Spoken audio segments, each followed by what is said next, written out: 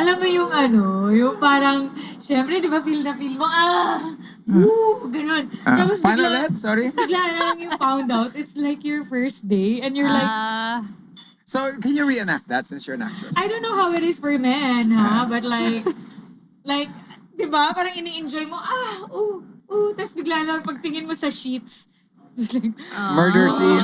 murder scene! And I'm like, okay. So, ano ginawa ng guy? Wala, nag-pretend siya na gusto niya.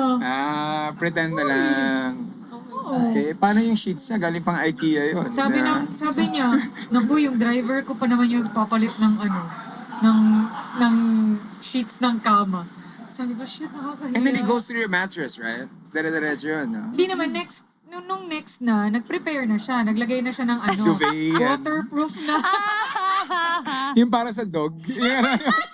Yung mat na mat ng dog. Pipad ng dog. Sorry.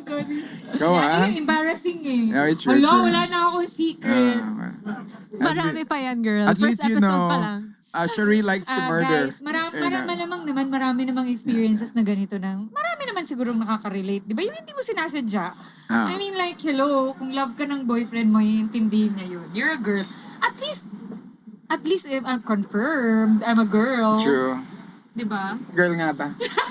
Umiihi ka, nakatayo kanina eh. Tao Huwag ka eh. maingay, gago.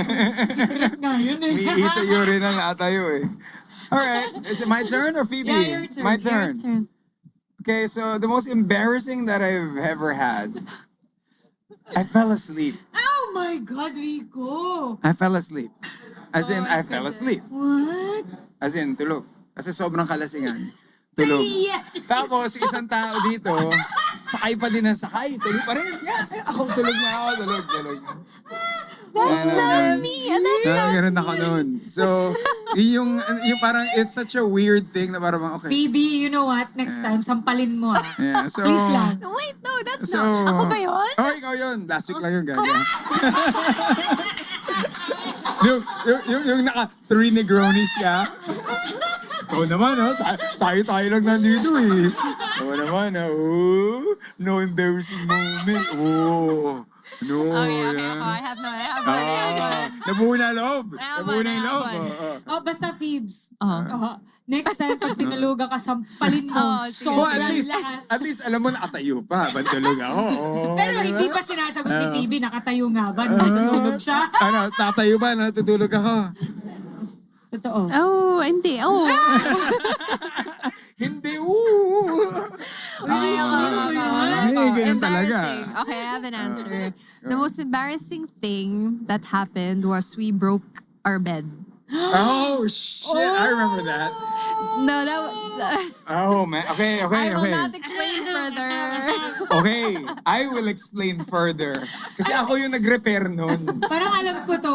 Okay, so I bought a bed from the now IKEA, used to be my God. SM Home. So bili ako, naka-sale siya. Baka naman, IKEA. So, bumili ako, no?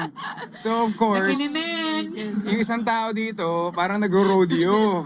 Kasi yumiyiha-yiha. Good job, Phoebes. So Good ngayon, yung headboard kasi tumatama sa pader ng bahay ko. Explain So, nilayo ko ng konti yung kama ko. Mga 1 inch lang, gano'n. So, umaalog siyang gano'n. Biglang, nasira yung buong kama. Pati yung mga pinaka-rack, whatever. So, ngayon, kailangan ko siyang i-epoxy lahat. One by, Epoxy? yeah, you have to put an epoxy on that. Para it's stronger. So that, Hindi, kahit, girl, alam mo, that night, natulog kami sa lapag. Wala nang bed frame. kaya ngayon, pwede ko siyang itcha-itcha ngayon. Itcha-itcha ko yun eh. Kasi Okay. matibay na yung bed. Ah, Okay, diba? next topic. Thank Tested, you. tried and tested. Okay. Thank you.